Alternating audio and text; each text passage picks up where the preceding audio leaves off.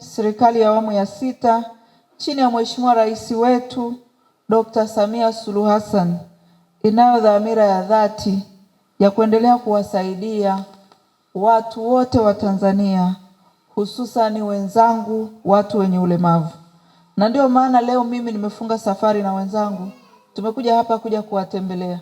Sio tu kuja kuwatembelea na kuwaletea zawadi, lakini kuja kusikia, je, mna yepi ambayo mnatupa sisi serikali twende tukayafanyie kazi, kwa sababu sisi ndio tunasimamia eneo hili la watu wenye ulemavu. Lakini nataka niwaambie dhamira ya kazi na utu ya Mheshimiwa Rais ni kuhakikisha kwamba hakuna mtu yoyote anayeachwa nyuma, ikiwemo kundi la wenzangu watu wenye ulemavu.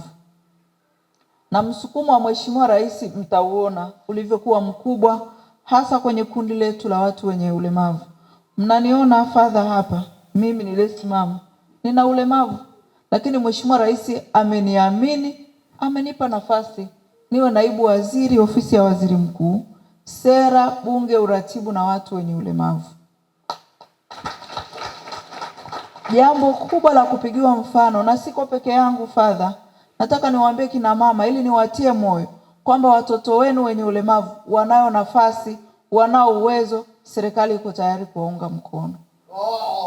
Umeona amefurahi. Kasema wao, ndio kabisa.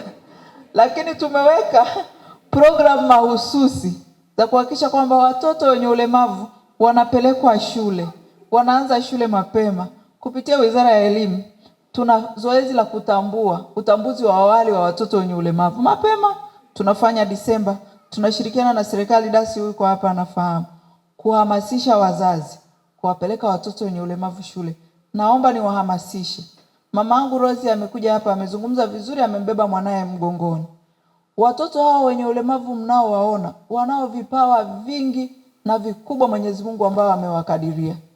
Kwa hiyo msiwaache nyumbani, usijisikie unyonge ukasema mtoto wangu mimi hataweza.